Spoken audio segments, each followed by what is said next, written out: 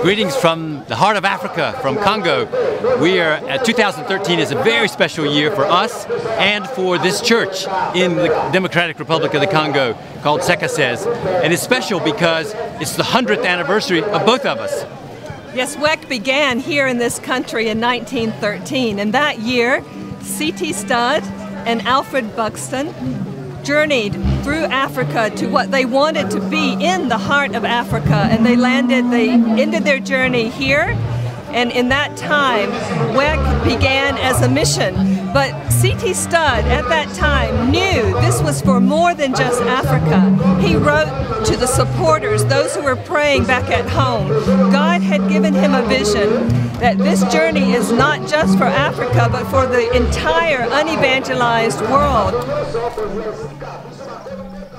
You know, it has been so special to be here in the Congo for this 100-year celebration. It kind of gives you the big picture. It kind of enables you to look back a little bit like I think God sees things, from this long view perspective. Now, we can't see into the future, but looking back 100 years into the past, I think gives us that kind of wonderful perspective that God has. And I think about C.T. Studd, you know, when he started 100 years ago, could he have imagined 100 years later hundreds of thousands of Congolese worshiping and loving Christ? Could he have imagined hundreds of churches and hundreds of trained pastors and Bible schools and a university and hospitals? Maybe he could have. You know, C.T. Studd was actually quite a visionary man, so maybe he could have imagined that part of it. But there's some aspects of the future I don't think he could have imagined what has happened today and what WEC is like today. For example, he probably knew that WEC would expand. His vision was that WEC go beyond the Congo, but could he have imagined that 100 years later we would be working in 76 countries around the world, on every continent, among every different type of people, group, and religion? He probably could not have imagined that we would have so many different nationalities in WEC. I mean, it started out with mostly British, but now we have almost 400 South Koreans in WEC, over 100 Brazilians, 50 Africans, and we anticipate other cultures. There's over 51 nationalities in WEC right now, and I'm sure C.T. Studd could not have imagined that. I also wonder if C.T. Studd could have imagined the kinds of ministries that we're involved in today. And maybe he could, because he was passionate about the least and the last and the lost. Maybe he could have imagined a ministry among drug addicts like we have called Batel, an amazing ministry working among the least and the last of the drug addicts on the street.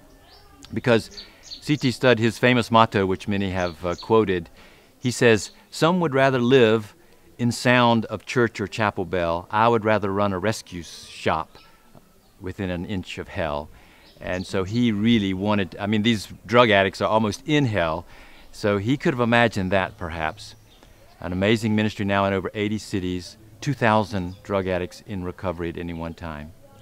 He maybe could have imagined the ministry of Rainbows of Hope among homeless, street kids, helping our fields to learn how to minister to children in crisis and bring them to children in Christ.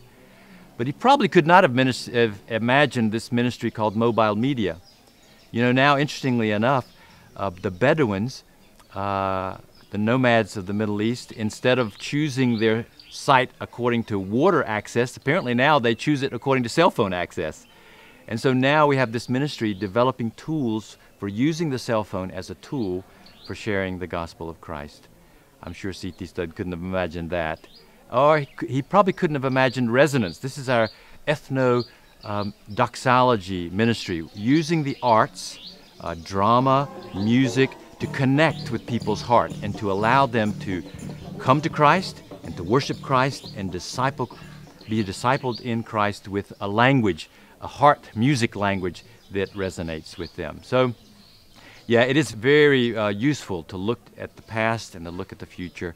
That's kind of a picture of who WEC is today. So, really, this centennial celebration has really been a wonderful chance to take the big picture, to see what God has done in the past, and to be very, very thankful for what God is doing now today and what He will do in the future.